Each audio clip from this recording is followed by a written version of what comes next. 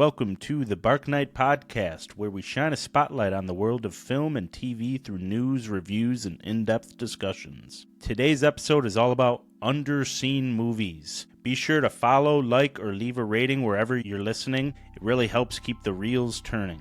All right, so just like I said, Underseen Movies is the topic from this week. Now, a little bit of background on how we're going to do this. So, Dan's prepared 4 movies. I've prepared 4 movies. We're going to go every other, starting with Dan. And basically, the idea with these movies is, they're probably not masterpieces, right? Yeah, mostly. And, if they were masterpieces, everybody would know about them and they'd be seen by everybody. But what they are is somewhat flawed, extremely rewatchable movies with usually a really interesting hook to them. I don't know what Dan prepared, so, maybe his don't fit that description at all. But I think that's kind of where my head is coming from with this. I think I'm similar way of thinking on this. I believe so. Cool. All right, well, then without further ado, Dan, kick us off. Yes, sir. All right, so for my first movie, I went all the way back to the grand old age of 2018 to pull the movie Upgrade. Have you seen that one? I have seen Upgrade. I liked Upgrade. All right, I like the main actor there too. Yeah, Logan Marshall Green. Yeah. So I don't know if this is probably my loosest of the Underseen movies. I think it was so good and it doesn't get talked about. So that's why I wanted to shine a spotlight on it. It's like, because this movie I think is one of the best sci-fi movies that come out in the last 10 years easily.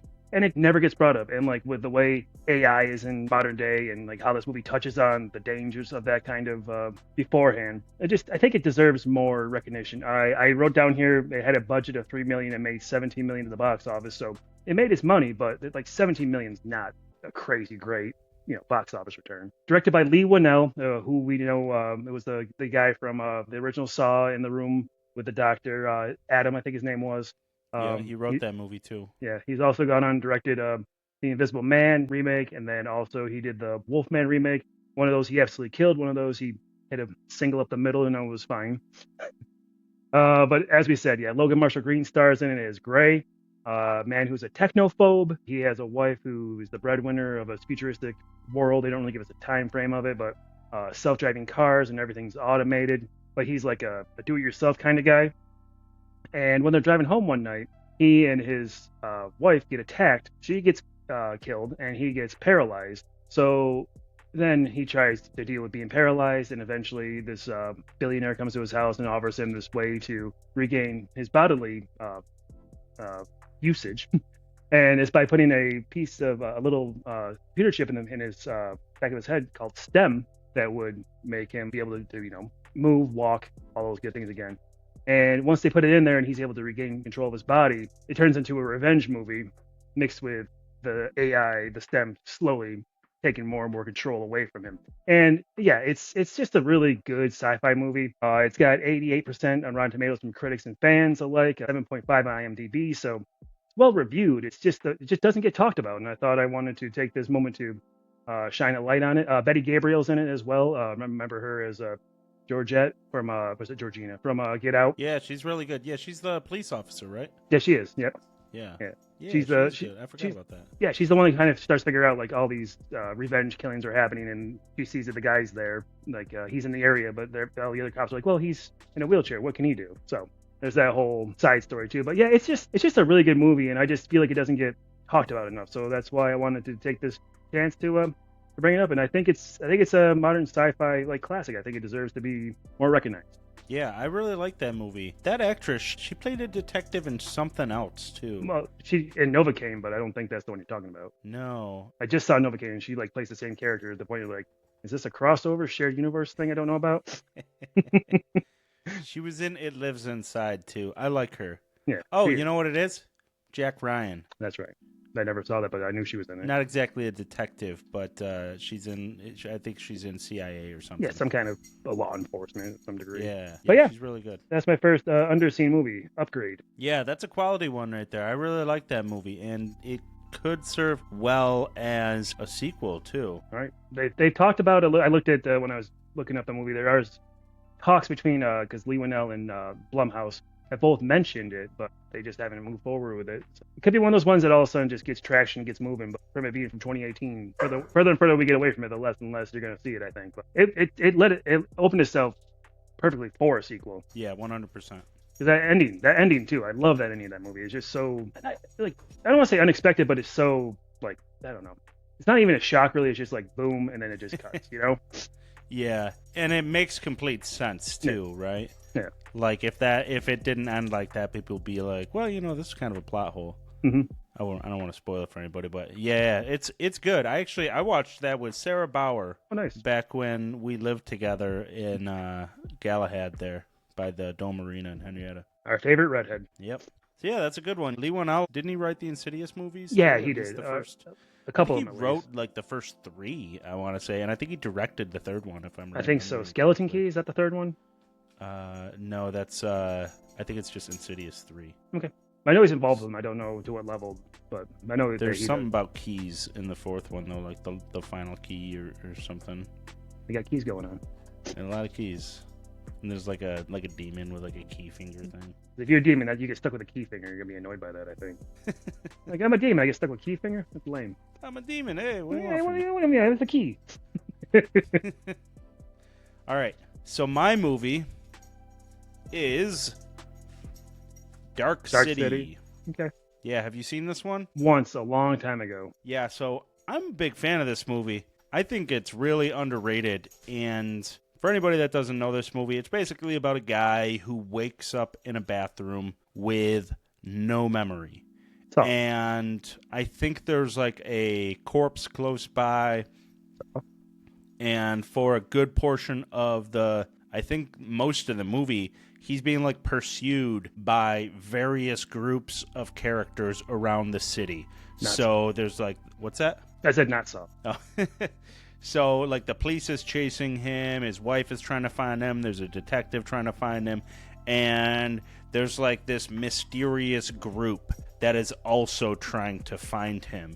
And there's a bunch of strange happenings that appear to be orchestrated by this mysterious group in this city, and it's got a really cool feel to it. So I watched this version that I have on VHS a bunch of times growing up, and this time I watched the director's cut. You hear the squeaker? Mm-hmm. Yeah, this guy. So yeah, this time I watched the director's cut, and it's pretty different. They make it into more of a mystery.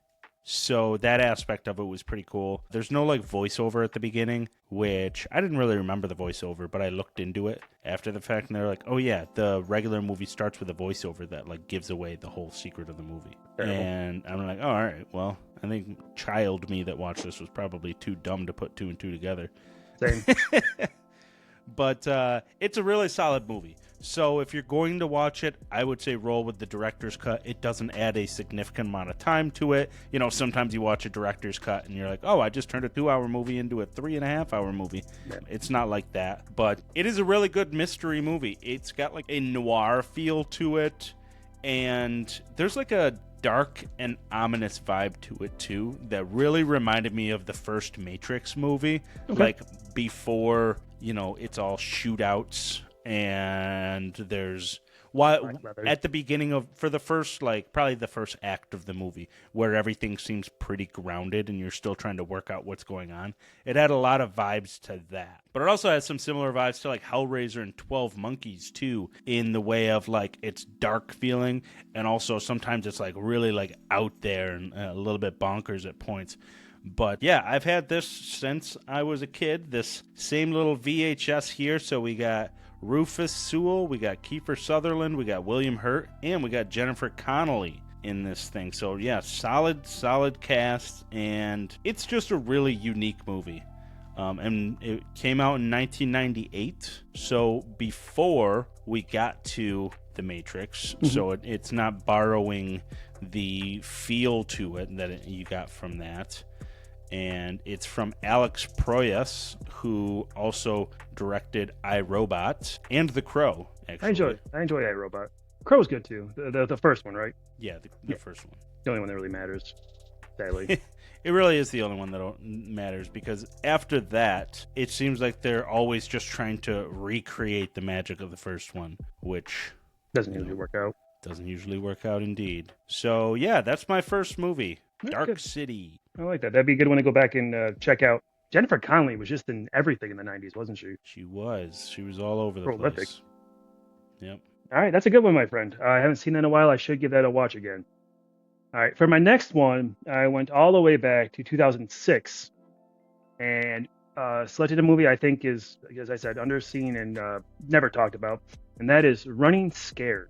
Do you know of this movie? As in this movie? Yeah, movie right there. Is that do you have this on your list too? This is my second movie. Oh, so no, that's crazy. That's funny. That is absolutely wild. That this was not planned, folks. This is just random happenstance. I watched it last night. This was like the first movie I thought of too when you said like the topic. It's one of the first ones I thought of as well. Well, let me ramble for a minute, then I'll let you take over. So yeah, Running Scared, 2006, directed by Wayne Kramer, who doesn't have a huge filmography. His first movie, The Cooler, starred William H. Macy as a guy who went to casinos and like made people like lose bets and such. It was fine. But yeah, this movie has Paul Walker in the lead role as Joey. Vera Farmiga plays his wife, and he is like a low-level gangster that after a deal goes wrong, as they often do in these types of movies, a dirty cop gets shot, and he's charged with getting rid of the evidence, getting rid of the gun that did the deed, we'll say. And through various events, his neighbor's son ends up taking the gun, threatening his, he actually shoots his abusive stepdad with it. And then the night goes haywire from there as he's trying to find this gun, trying to find this kid too, and just save himself, pretty much save himself and his family. And it's frantic and it's fast paced. The critics gave it a 41% on Rotten Tomatoes. Fans gave it a 79, which I think is much more in line with what it should get. IMDb has got a 7.3, which shocked the hell out of me. But yeah, I was surprised about that too. I was like, oh, people did like this movie. Yeah, I saw that. I'm like, I was expecting like a 5.7 or something. So yeah, but yeah, I don't want to go too far into it because apparently you want to talk about it as well. Yeah, so I'm a big fan of this movie. Obviously, I've got it on DVD right here. I have it somewhere. It's in my collection of boxes downstairs. I have watched this many, many, many times, and the fact that you like this movie and included it on yours, I think is really awesome. On the front of this, when I was pitching this to Sarah, when I pitched each one of these to Sarah, I was like, here's what the front says. Running Scared makes Kill Bill look like Sesame Street. I remember that. And it really hits hard in all of these areas. So whenever it does something, it really ramps it up. So it's very violent. There's a ton of swearing in it. Oh, yeah. They swear 330 times in this. I looked it up because I was like, these guys are swearing non-stop. Chaz Palminteri, is that how I say his name? Yeah. Yeah, he's a the big part of that. moment he enters the movie, I knew it was him. I was like, because I didn't remember that much of detail on this because it's been a while since I watched it. But the moment he enters, I was like, that's Chaz Palminteri right there. That's his voice. 100%. Yeah. You know, one scene that really, really stood out to me is the scene with Vera Farmiga when she goes and rescues the Oleg from the kidnapping. Yeah. Couple. The couple that seem like they're into some very questionable, child-related things. I think that's child murderers is how I took it. Yes, and possibly other things. Yeah, that's not on these tires. Yeah, and so that scene sometimes will pop up for me on like Instagram Reels. Oh, really? Or random places. Yeah, that scene of just the part where she starts calling the police. Yeah, that's such a good scene. That is such a good scene. Yeah. And man, it really is like it's one of those scenes that really just sticks with you. And so Vera Farmiga at this point in her career, she's not a complete unknown by any means, but she's not a household name. So she really got to do a lot of things with this and take chances that she might not take today. And it also has a really, really like 2000s, like late 2000s, early 2010s vibe to it. What year is this from? 2006. 2006? Yeah, that makes complete sense. So I probably bought this the moment it came out, and I've watched it a bunch of times ever since. Yeah, because I think The Departed was maybe the next year or 2 years later, and that was kind of, I don't want to say like her big break, but that's probably the first movie people were like noticing her for. Of course, she's gone on to do so much since then, the Conjuring movies and everything else. But yeah, she's great in this movie, and she's definitely a standout part of it. And that scene you referenced, yeah, it's so. As you said, it just sticks with you. It doesn't leave your brain. Like it pops in my head randomly. I'm kind of surprised that it hasn't popped up on my Instagram reels because like how that thing works. The algorithm gets you sometimes. It will now. It will now. Here's you talking about it. Yeah, I heard me talking about it. It'll be on there. The first thing I see when I open that phone. What was funny about this too is because it's a DVD, it's got previews on it. Yeah. And the first preview that popped up for me was the Blade TV series from Spike TV. With Sticky Fingers? Yep. Sticky Fingers, whatever his name was.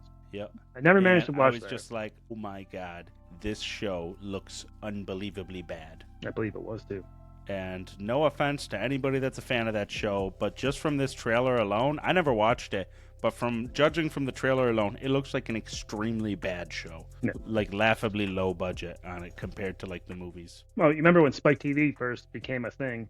They were trying to push themselves as TV for men was their whole thing, which is crazy to think about in retrospect. But yeah, like they had didn't they have like 1,000 Ways to Die? Wasn't that on Spike TV? That was like their big thing. Headbangers Ball. Yeah, I think they had an award show that was like the Guy Awards or something weird like that, and like they gave out like deer antlers. I think it was strange. It was a weird time, but yeah, very weird time. Yeah, the only thing I think is tough with this movie, because obviously we're talking about these things not being quite masterpieces, but more of like diamonds in the rough, is the editing. There's a few, yeah.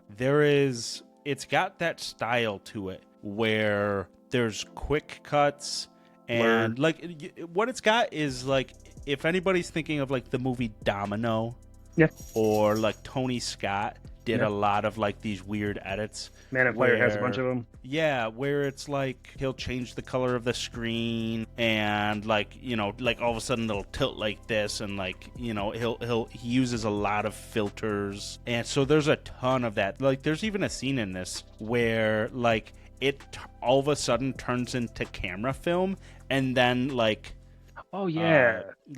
burns away on the screen. Like there is so much of that, and that's right. The only thing I can think of is that is the first time a bunch of these digital effects that they could use for editing were available, and just decided to do a feature-length movie with them, where nowadays we just use those for Instagram Reels or TikToks or music videos, know, but back then they were like, oh, we got these fancy new transitions we can use. Let's use the hell out of them everywhere. Let's use all of them. Yeah, at once. See what sticks.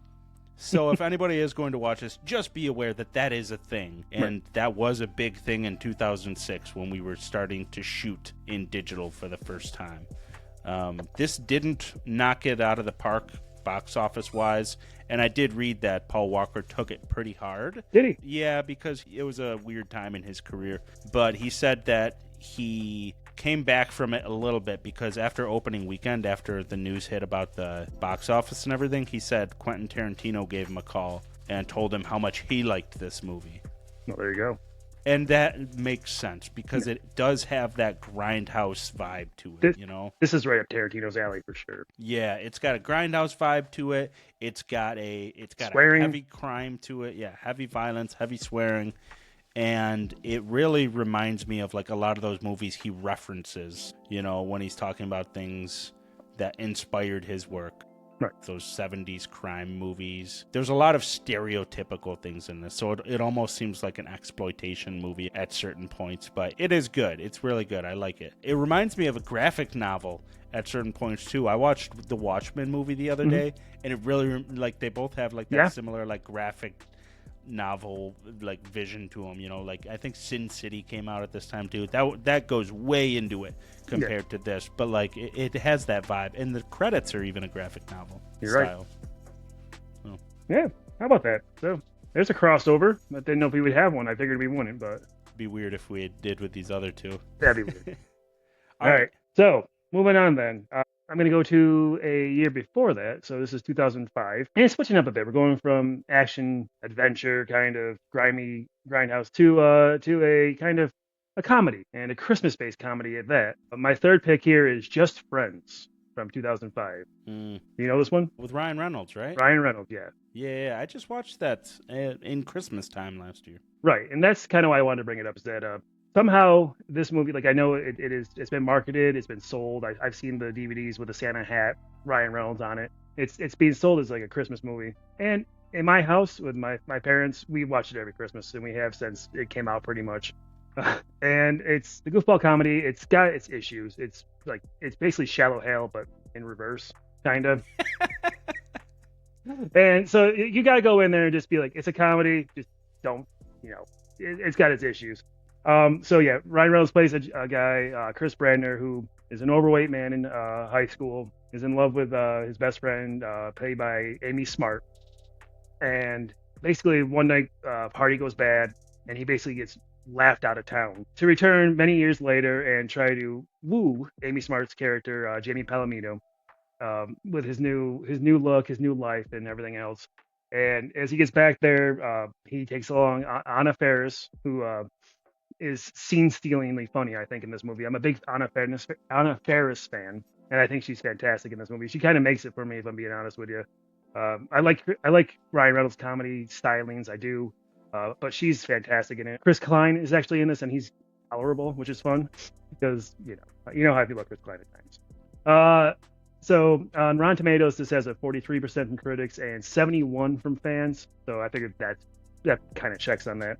6.2 on IMDb, which kind of surprised me again. I thought this would be kind of killed more on that than this was. But yeah, so he goes back to his hometown, tries to woo Jamie, as I said, and there's so many memorable little gags and little scenes.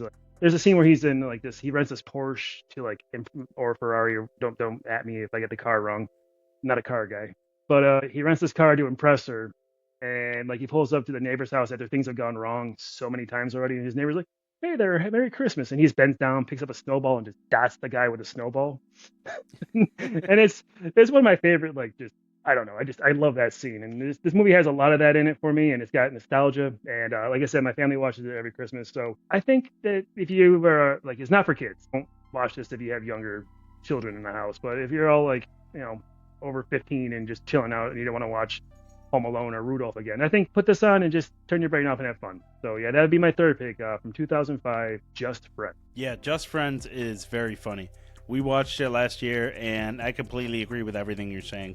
Your point on not watching it with kids that's something that is interesting that has happened since network TV went away. Right.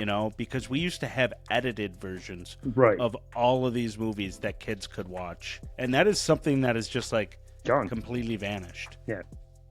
Yeah, absolutely. I think that's going to be something in 20 years where back in my day, it was a real thing. You would watch it.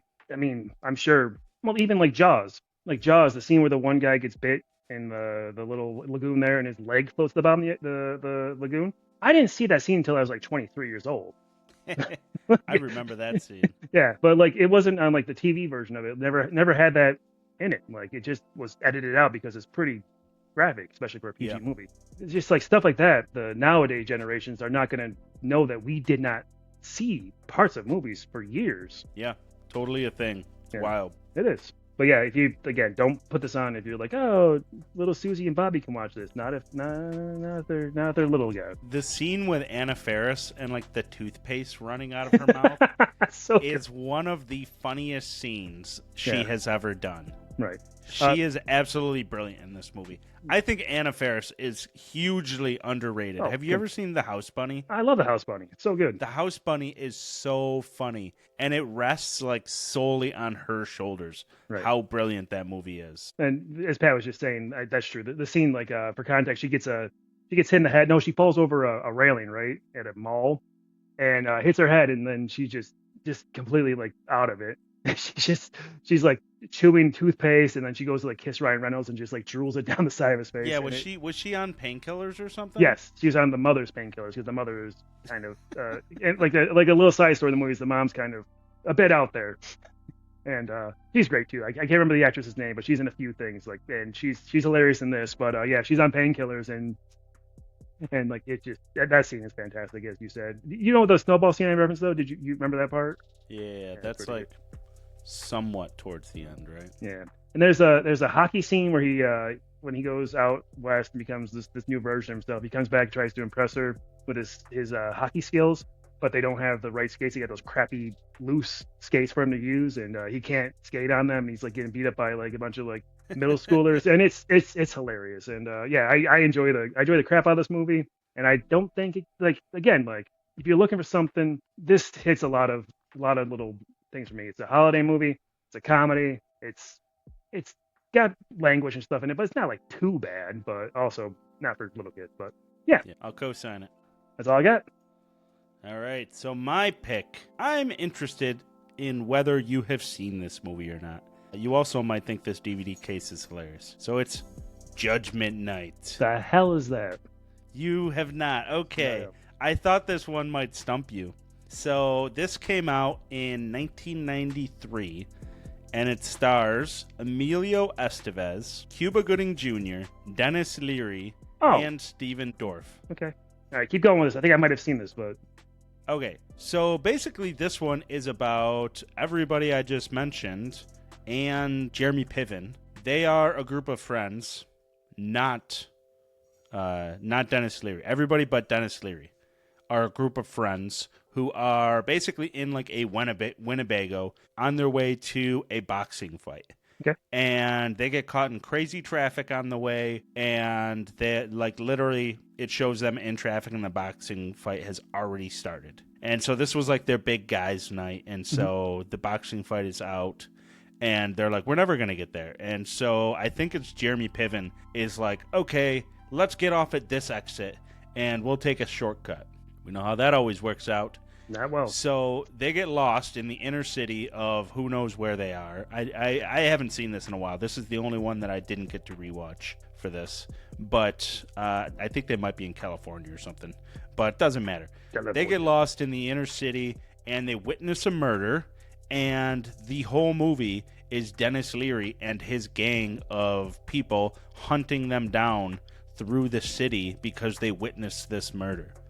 And it is, I'm telling you, it's just one of those movies that it's very fun. It's when I say fun, I mean it's not a comedy whatsoever. It's got some comedic moments before they start getting hunted through the city, but like it's fun in the way of like enjoyment. It's kind of a bad movie. Yeah. But like, have you seen it? Did you remember it yet? I feel like I've seen bits and pieces of it, but I can't say that I've seen the whole thing or remember how it goes. I remember Emelio running on rooftops. Yep, there's rooftops. And I'm pretty sure Cuba Gooding was with them, and I don't think they've been in other movies. So I had to have seen this, but I don't remember. Yeah, there are rooftops that they run across.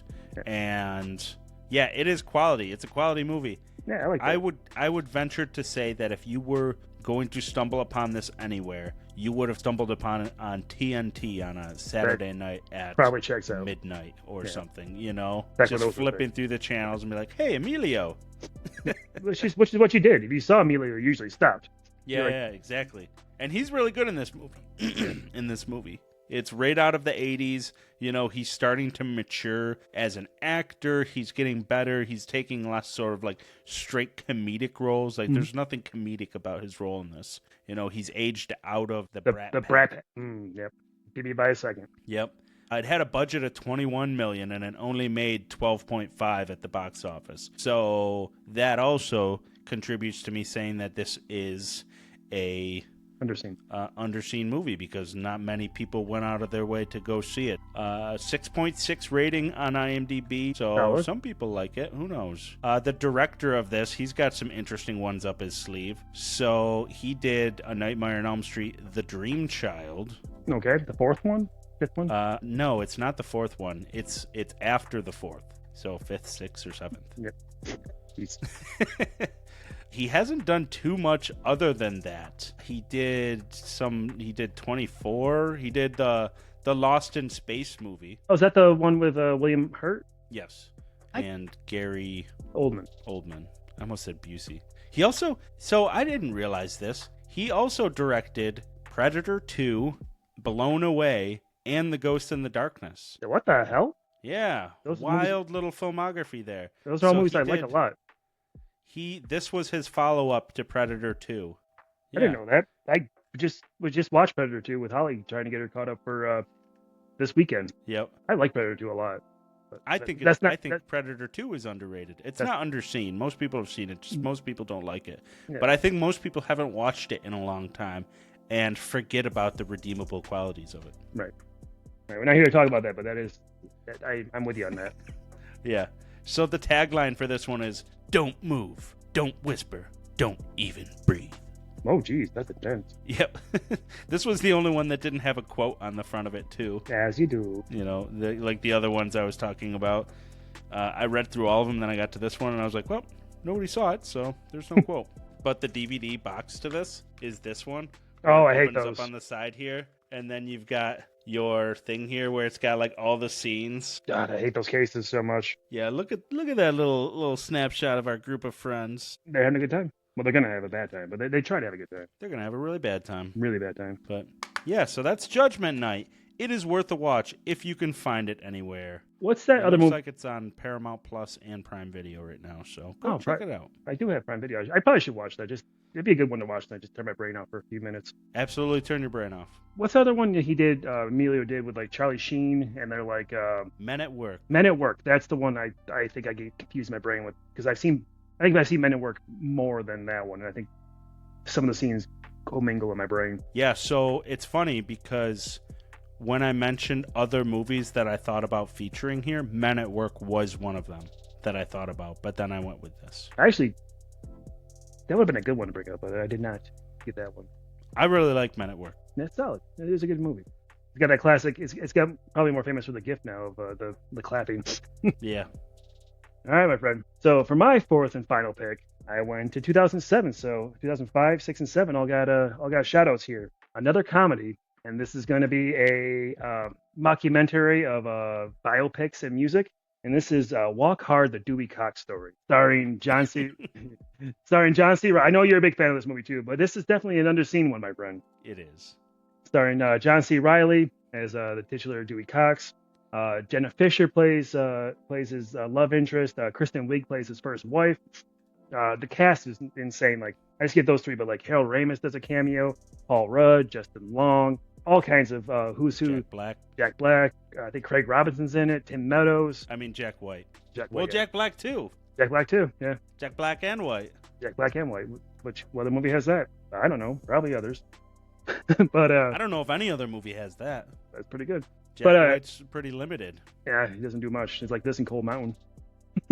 So yeah, I have never seen Cold Mountain. It's not worth your time, I don't think. I don't remember it being that good. Why is Jack White in it? He plays a musician, a traveling musician that Renee Zellweger falls in love with. Oh, okay. She won an Oscar for that movie, I think. We're going off topic. So yeah, in this movie, John C. Reilly plays the titular Dewey Cox, as I said, and goes through like all the typical like all movie biopics. We still get them. We got that Bruce Springsteen one comes out. Yep. If it's not out, every year we get like one of these, like, oh, this is Ellen John's real story. This is Freddie Mercury's real story. Blah blah blah blah blah. So this movie just picks apart the whole like genre, the subgenre. It came out after Walk the Line, obviously. On IMDb, it's got a 6.8. Rotten Tomatoes, 75 from the critics, 57 from fans, which I was kind of surprised about. On a budget of $35 million, it only pulled in 20.6. So not successful there either. But it's just a good watch, and like the music's great, the one-liners, the gags. This might be like one of my most quoted movies of all time. And I don't think people get some of the references I throw out there sometimes, unless it's like you and Trav. Wrong kid, Dad. Wrong kid, Dad. This is an especially bad case of boy cut in half. Don't smell blind. Walk hard. Walk hard. I like the music. Down lies lonesome road. Walk bold. hard. That's my creed. Okay, we'll move on. So you were bringing up taglines from the movies, and I remember this one having a hilarious one. I had to Google it like practically a minute ago. But the tagline for this one is, "Life made him tough, love made him strong, music made him hard." Nice. And it's ridiculous, and it's just a good time. Like comedies don't get made nowadays, especially not like this. But it's enjoy. Like even like a couple times a year, we'll be in Trav's basement hanging out, and we'll put the record on and just listen to music. Which, I mean, what else do you really do? Well, I mean, you do that a lot, but for a false movie about a not real singer, it's pretty rare, I think. Directed by the gentleman, I didn't write his name down, but he did Jumanji: The Next Level. He did Red One. He's a frequent collaborator with Judd Apatow. Just let me get his name. It's like Jason something. Jason Newsted. Jack Kasdan. I was wrong. But yeah, he did the Jumanji sequels. He did Red One, so not great with those, but you know. I mean, I like the Jumanji sequels enough, and Red One, I think, it's entertaining. It's not the piece of garbage people said it was. But yeah, dude, I love this movie. I can watch it all the time. Like, I think this might be one of the ones, like, you know, like you say, like someone walks in and is like, "Hey, you want to watch this?" I don't think I'm ever gonna say no to watching this, and unless I just finished it like a minute before. But yeah, it's one of my favorite movies. Doesn't get talked about enough. It needs to get talked about like with Anchorman or Superbad, of like this since like 2000s, like elite comedy movies. I think this movie should be in that conversation, and it doesn't get brought up, and that's why I think it's underseen, and I think it needs to get that fixed. Yeah. The interesting thing about this one is how trapped in its time it was, because it really does reference so many of those music biopics of that time, like Walk the Line, like Right. The Doors. Yep. It references The Doors so many times. And I thought about showing this to Sarah, but I was like, she won't get 80% of the references in this because she's not seen those. She didn't even, so we tried to watch Ray, the Jamie Foxx Ray Charles movie, Mm-hmm. and she didn't like it. She didn't want to finish it. She was like, she just didn't like it, like really anything about this movie. And so I think music biopics are just not for her. Not her jam. I've not. Yeah, because they tend to be, watching that one specifically, I was like, man, this is way more Oscar baity than I remember. Oh, definitely. Like, I'm not even convinced his acting is good in this. And maybe it's because I know Jamie Foxx so well now.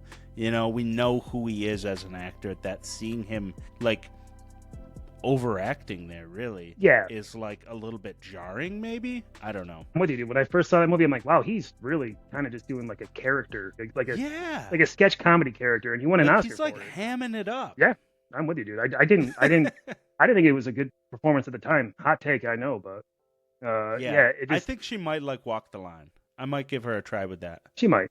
I don't think she'd like The Doors. There's not too many actual picks. I like the Queen movie was fine, but I think it was overrated still too. Yeah. Rocket Man was, again, fine. I just, So the Rocket Man, we didn't know that was a musical going into it. Oh, no? They didn't market that as a musical. They did not, so when actually. Me, Sarah Bauer, my Sarah, and T. Winkle all went and saw that together and had no idea it was a musical going in, and we're all like, oh my God. Once it started being a musical, and it's like, why would you not tell me?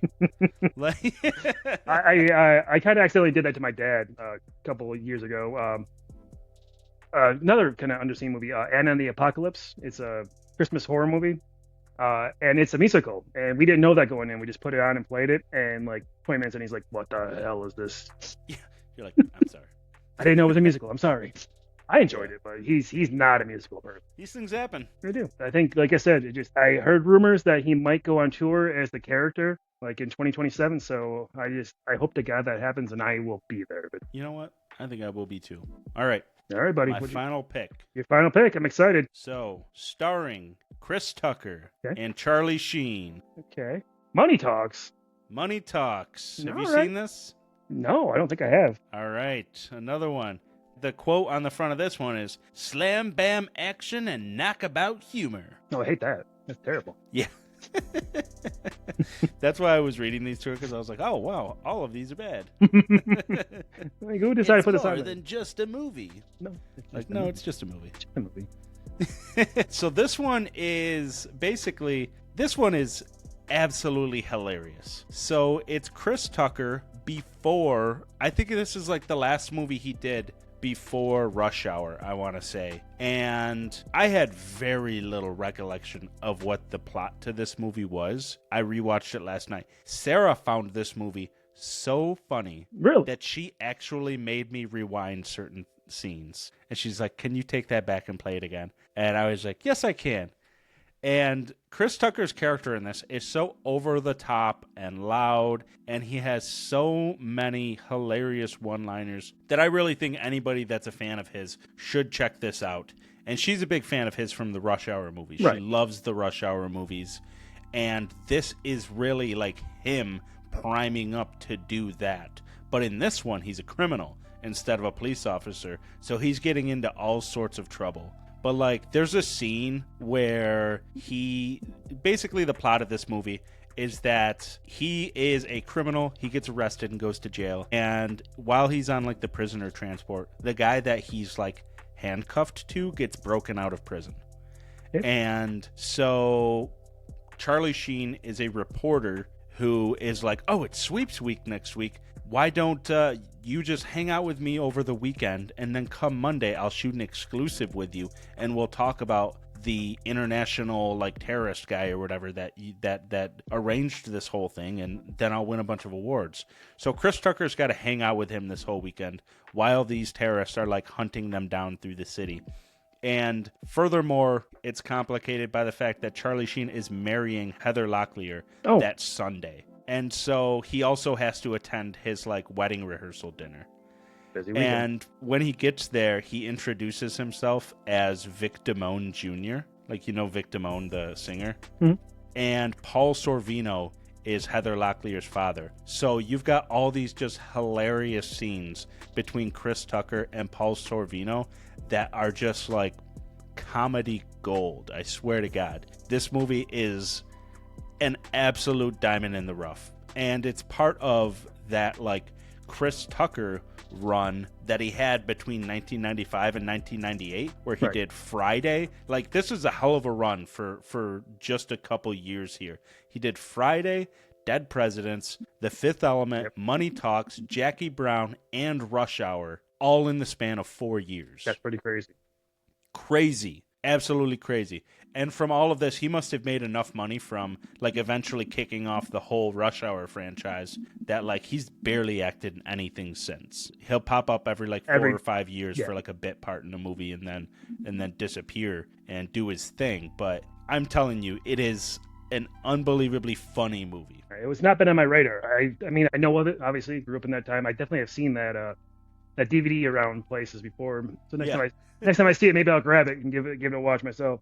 Yeah, that's cool. I'm glad bringing up comedy because, like, I think we talked on the show before. It's not really what we get nowadays. So maybe going back and watching some of these classics would be prudent. But yeah, that's cool. Chris Tucker, that fast-paced delivery, man. Like, some people don't like that, but I find it hilarious. I'm telling you, he may be funnier here than he is in Rush Hour. Right. I swear to God. He is so funny. And I think some of the lines that he has in this, I mistakenly remembered from the Rush Hour movies. Right. Coincidentally, it is the same director of all 3 Rush Hour movies. That checks. So Brett Ratner, he directed Money Talks, and then 1 year later directed Rush Hour, and would eventually do the entire trilogy. But he also did The Family Man and Red Dragon and After the Sunset, and unfortunately, X-Men The Last Stand. Yeah. But we won't hold that against him because he's really good at comedy. Yeah. Just don't do They Last Stand, because that's a bad movie. There's nothing really suggest about that movie, but we're not talking about that movie. But yeah, I highly, highly, highly recommend you check this one out. It is very funny. Sarah loved this movie. I'll give it a shot. I have those 2 written down, Judgment Night and Money Talks. There you go. And you've seen the others. Yes. That's funny we had a crossover. I did not think that would happen in a million years. I thought for sure. I should have known better. All right, so let's jump into the news. The news. The Kurt Loder. So, one thing I wanted to talk about, because this is really lucky for you, is that Cinemark has decided to add a handful of 70 millimeter IMAX screens ahead of Christopher Nolan's The Odyssey. That is huge news because one of them is in Rochester, New York. The other one's in Woodbridge, Illinois, and Colorado Springs, Colorado.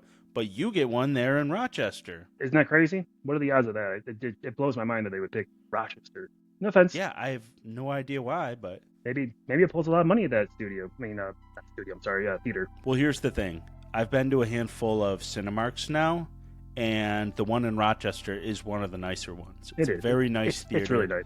Yeah, and it's in a good area, and it's always busy when I go there. It is. You know, I bet they make a killing there over winter because you got to go see some movies during the winter. You know, it seems like it's probably really popular for that. So I think that's probably it. It's probably one of the better selling ones there. I mean, that would be a contributing factor, right? A theater that's making enough money to justify this, and I guess these three are. So yeah, it has to be. It's one of mine and Holly's favorite movies. We have a movie that we kind of like label as like something we want to see in the good theater. we refer to that as our good theater, and that's where we go see. Like that's where we see the Marvel movies, or like if something that comes out that's like really special effects heavy that we want to watch in the good theater, we'll go there. So yeah, that's awesome. I'm pumped for that. Like, and then catch the Odyssey in that. That's definitely going to be happening. Yeah, and there are not that many of these 70 millimeter screens, so that's huge. I mean, I would love to go there to see Sinners. Mm-hmm. Hey, man, come up and take a weekend. Maybe I will. But yeah, I just thought that was really cool news to at least mention here. Super unexpected. When I saw that list, I'm like, oh, there's no way Rochester will be on here. And it was. Yeah. No, I was really surprised about that. The next piece is that, I don't know if you saw, but Godzilla Day was this week.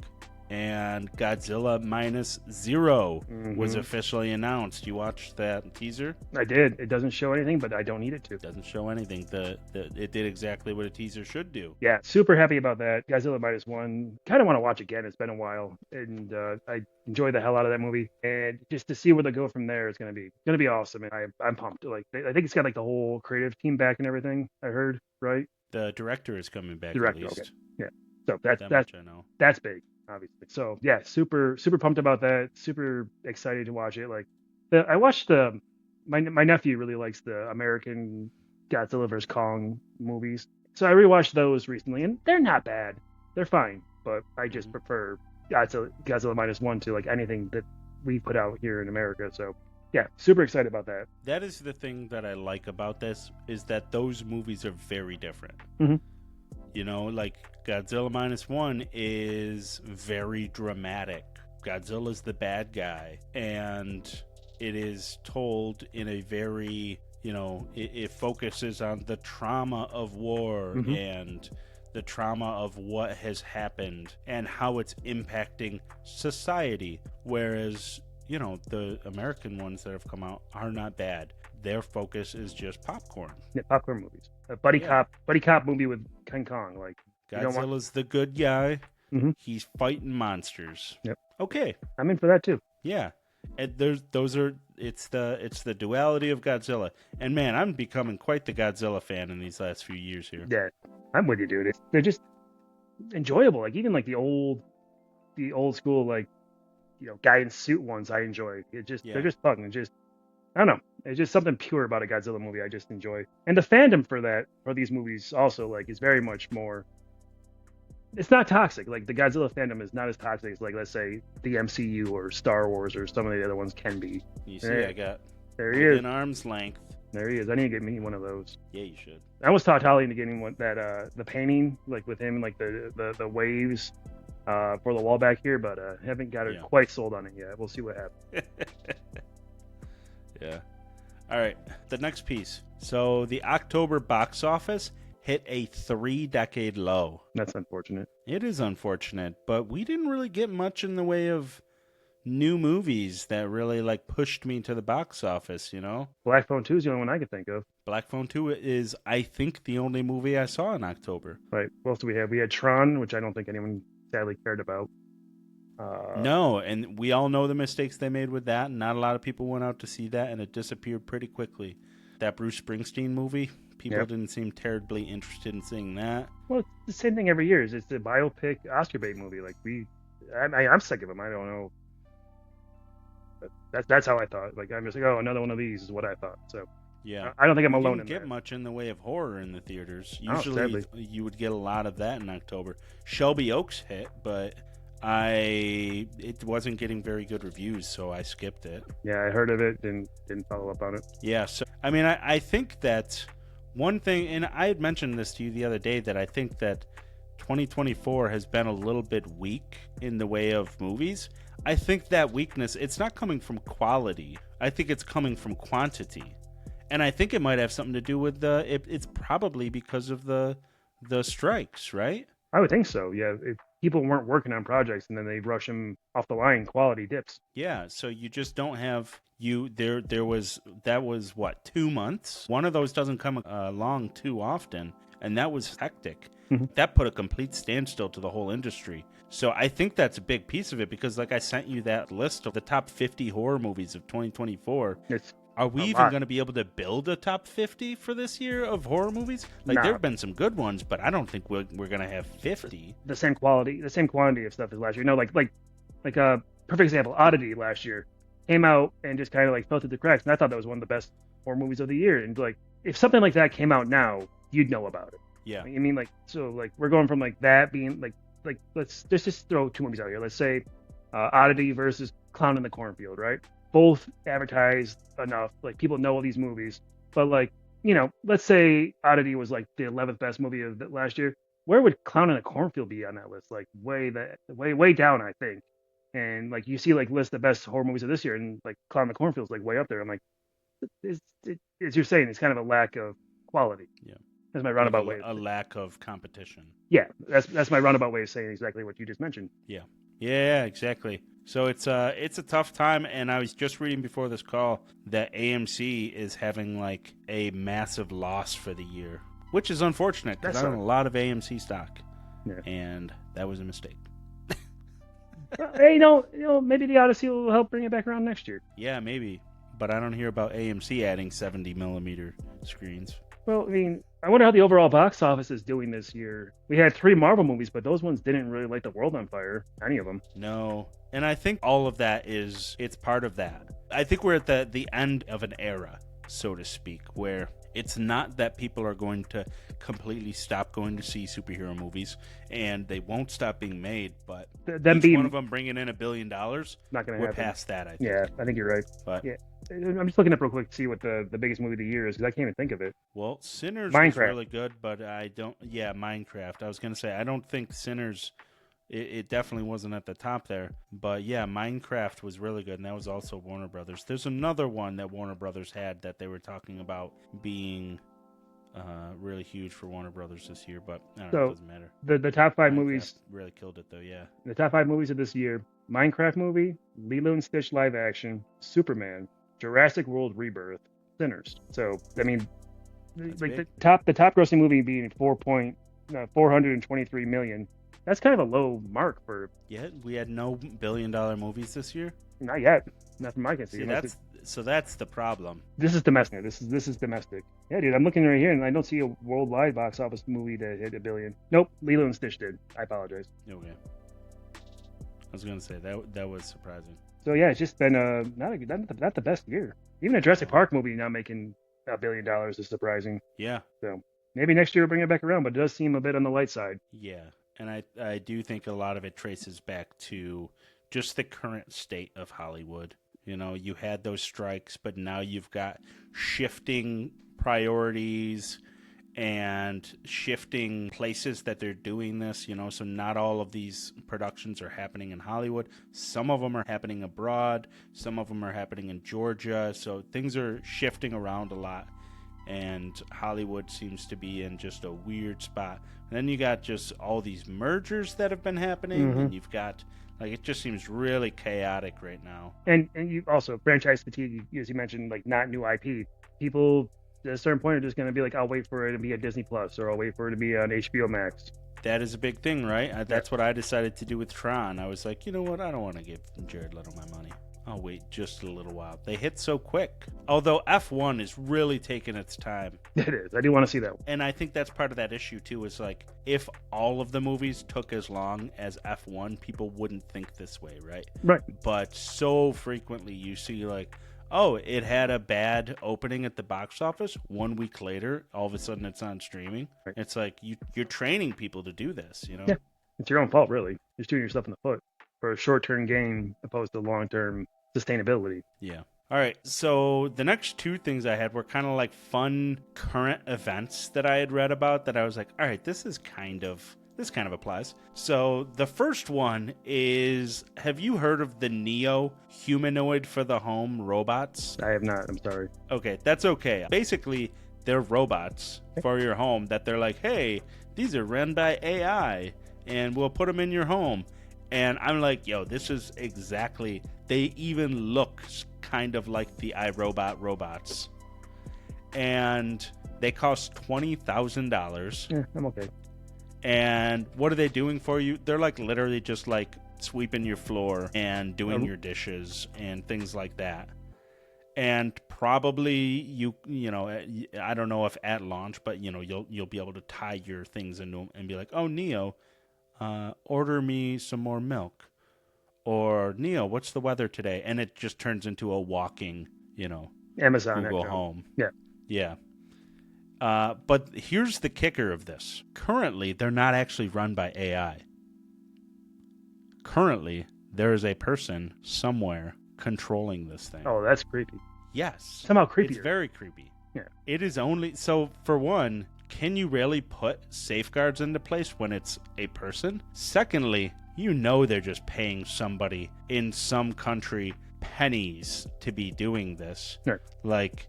Because you're basically, like, you're paying somebody to control a robot to wash dishes. Mm-hmm. A, I bet it's breaking some dishes. Oh, 100%.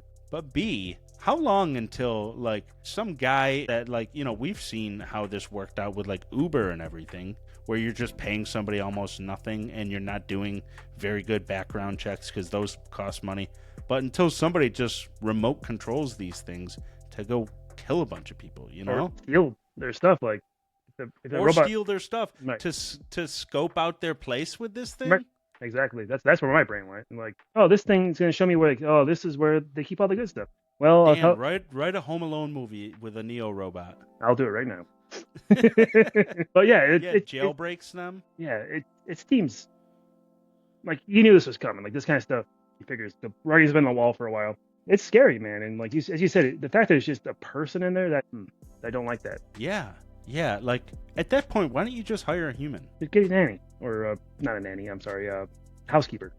Yeah, you don't even have to pay, $20K for that. No. There's somebody that'll come to your house a couple times a week and do this stuff for you. You don't want to do dishes? You don't got 20 grand? Pay someone like $150. I don't know how much it is to have a housekeeper, but it can't be 20 grand a year. And the thing about dishes is they're very easy. They're fine. You just throw them into your dishwasher. They're made to be clean. Yes. Like, we're at the point with dishwashers where you don't even have to hose these things off anymore, you know? I need a dishwasher. You don't have a dishwasher? New you house, gotta get a dude. dishwasher. New house. Lifesaver right there, man. It is. Holly's against it for some reason. She's like, I wash dishes with my hand. I'm like, yeah, you don't know how good a dishwasher is.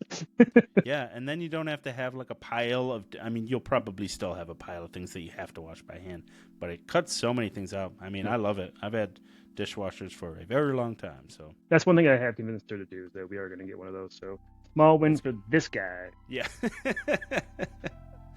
All right, my next current event, and you might have read about this, but Tom Brady revealed that his current dog, Junie, is a clone of his former dog, Lua, and was created by Colossal Biosciences, a biotech company in which Brady is an investor.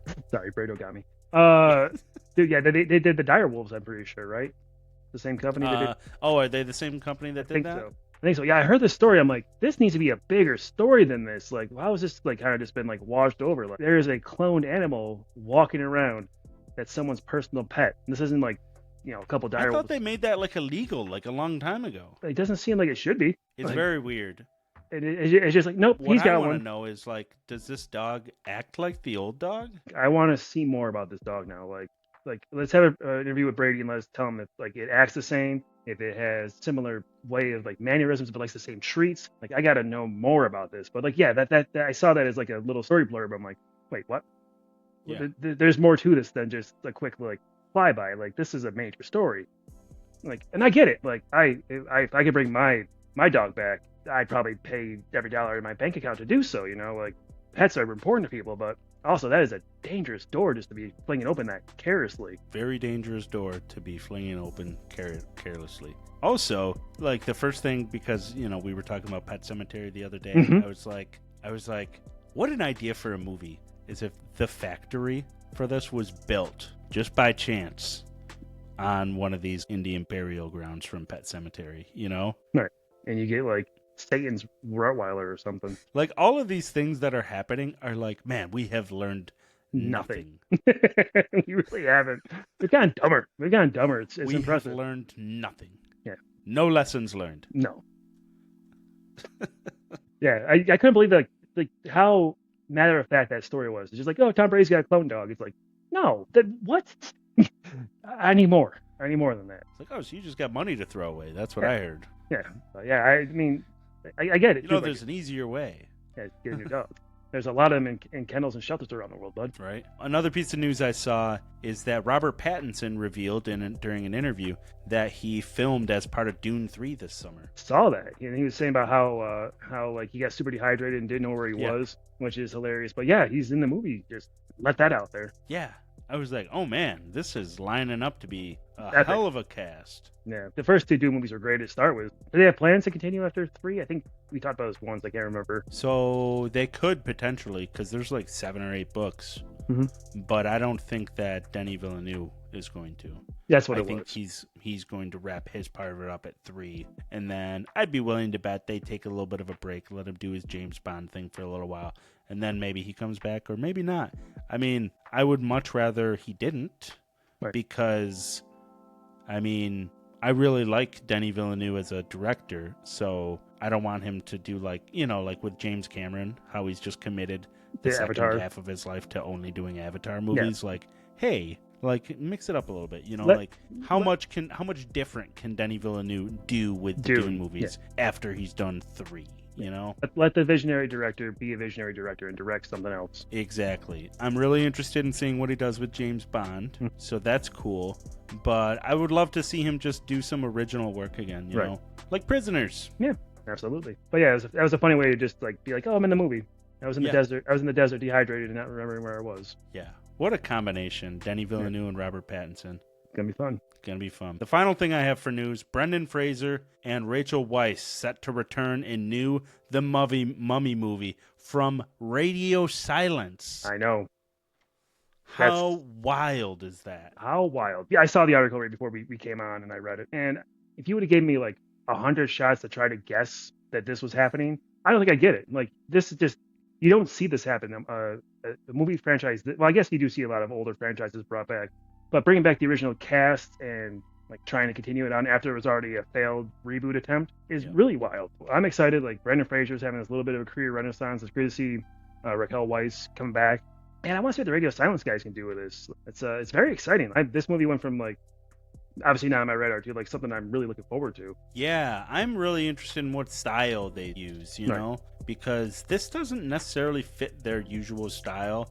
Like, are they going to tone back the blood and gore and all that a little bit? Or is the studio going to let them just, go balls to the wall with it? I have to imagine they're going to rein them in because it's the Mummy franchise. You want to make that mummy money. That money is there. And you don't get that without kids in seats. So it's true. But I'm in either way. Yeah, I'm in. Because I love those first 2 movies. I do too. The third one is not good. It exists. Yeah. And the Tom. They never should have replaced. What's her character's name? Evie. Yeah, and I want to see her brother back too. Yeah. Jonathan. Yeah. I want to see him back too. They had a son in the third one. They might have even had a son in the second one. They did. Yeah, he's a kid, but then he's a grown-up in the third one. The third one's bad. It's bad, unfortunately. Maria Bello takes over. Maria Bello. Good actress. Good actress. That wasn't her. Yeah, and that's not her fault, but people who like the movies are like, you're not her. Get out of my movie. Like, you hate to be like that. My movie. Get off my movie. you hate to be like that, but those first two are so you can say iconic on those, I think. Yeah, And 100%. and yeah, just to have like, oh, we're just gonna replace the actress because we want to pay her. It looks bad. Starts off the movie on a bad foot, and then the movie itself was kind of ass. So finished on a bad foot too. Yep. But then the Tom Cruise reboot did not do anything, and I didn't even watch that. I think I saw it at the drive-in maybe, but wasn't all there for it. Yeah. Okay, physical media showcase. So, do you have anything you want to share? I actually do. Yes, I actually have something this week. I had two things, but one of them has disappeared, so hopefully I can find that for next week. But I do have my newest addition to my 4K collection, and that is Reservoir Dogs. Oh. Maybe my favorite Tarantino movie. I am excited to show Holly this. I don't know how it's going to go over. So, it's weird. Like, some things I show her that I love, she's on board with, and some she's like, something's very much wrong with you. So we'll see where this one falls. Yeah, Sarah likes Reservoir Dogs, so that's a good piece of news. I don't know. That's really cool. I have the Steelbook of Reservoir Dogs up there too. It's a different one than what you have, though. Yeah, I saw it. It was a reasonable price. I grabbed it. I also grabbed not really sure, but I got a 3D Blu-ray player recently on like a yard sale, and I'm gonna hook that up and give it a shot. I got some of those little cheap ass 3D glasses to wear, and I got some 3D movies just I've never watched, so it'll be cool to see if that actually works. Kind of pumped about that. You plug it in and it doesn't work. I'd be like, no, that checks out. There's $7. There's $7 down the drain. Yeah.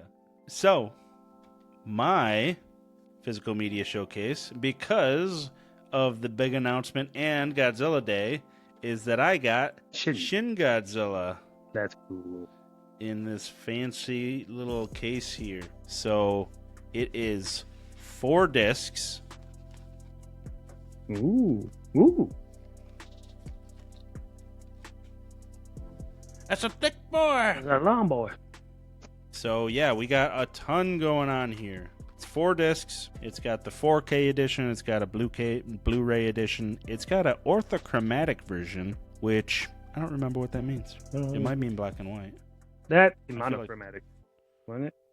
Yeah, I don't know. I asked Sarah what it meant right before this. I was like, hey, what's that mean again? She was like, I don't know. That's fair. Like, oh, okay. She's a photographer, so I thought she might, but... Leave it in the comments. It's got one that's all the special features. But I saw this, if you remember, I saw this when they released it in theaters so that I would know whether I actually like it. And I like it a lot. But I do think it's very important if you do watch this that you don't go in expecting Godzilla -1 because it is very much not that. The Godzilla itself is also a different design. Mm-hmm. So anybody that's thinking about it, just be aware of those things, and also be aware that this one has much more of a social commentary to it as well. It's very much a criticism of the Japanese government and their endless red tape. So there's certain things that will happen where, like, for example, it starts off with like non-stop back-to-back boardroom scenes where they're trying to decide how to address the giant monster that's tearing their city apart, and he's already torn most of the city apart before they decide what to do. And so that's part of the whole thing with it. So it's just important to not expect Godzilla -1 because you will be disappointed. And that's part of the reason why I love the Godzilla franchise. It's just it can do different things, and it's welcomed. It's accepted that they're doing different things, which is, again, and just not to belabor a point, but that's what I like about them. Yeah. I thought that was a cool little thing we got here with the recent announcements and Godzilla Day and all that good stuff. The other thing I had is some physical media news. Shout Factory is officially shutting down, and it's actually happened now. They shut down their online store, and they are going to continue to produce physical media, but are going to sell through other real retailers like Grove and Orbit DVD and a few others. But that was kind of disappointing to hear. They were recently acquired, so a lot of people weren't even sure they were going to keep making these movies. You know, it had been reported that they had gone through layoffs and lost a lot of their physical media team, so people weren't sure what was going to happen. They are going to keep producing, though, I guess. But yeah, so that was a little bit of sad news, but hopefully this doesn't mean we don't get a lot of these cool things that we've gotten over the years from them.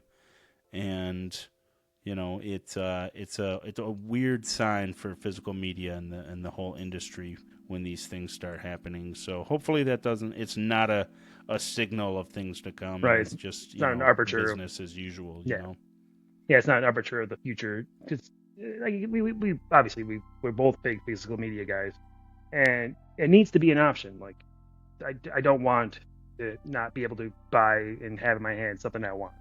Yeah, it's something I wanna continue to preach and instill in other people wherever I can too. I think it's an important thing to own these things, Mm-hmm.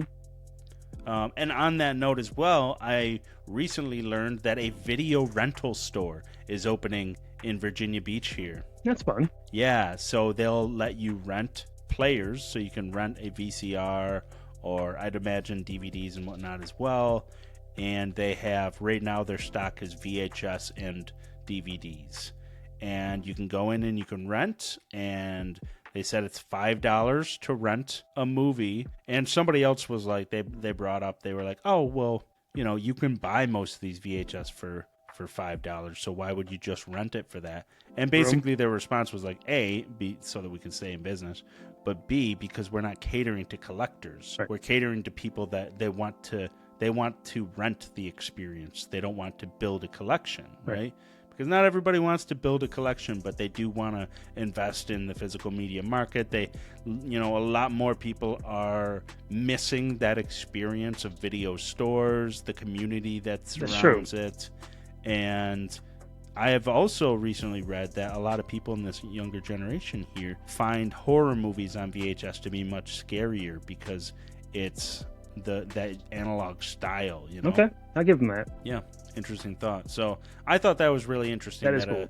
A video rental store is opening. So I'm gonna try and get a hold of the opening or the owner and see if maybe he'd like to sit down for an interview or let me run in there and shoot some footage in the store. That'd be cool. Something, to try and get a little bit of more background information on the whole thing. If they have a Laserdisc player there, let me know and I'll come down and we'll watch my Laserdisc of Jurassic Park. Sounds good. Yeah, I would love to rent. I would rent a Laserdisc player just to watch that for a weekend. That'd be fun, right? Yeah. I already have the Laserdisc for no reason, so.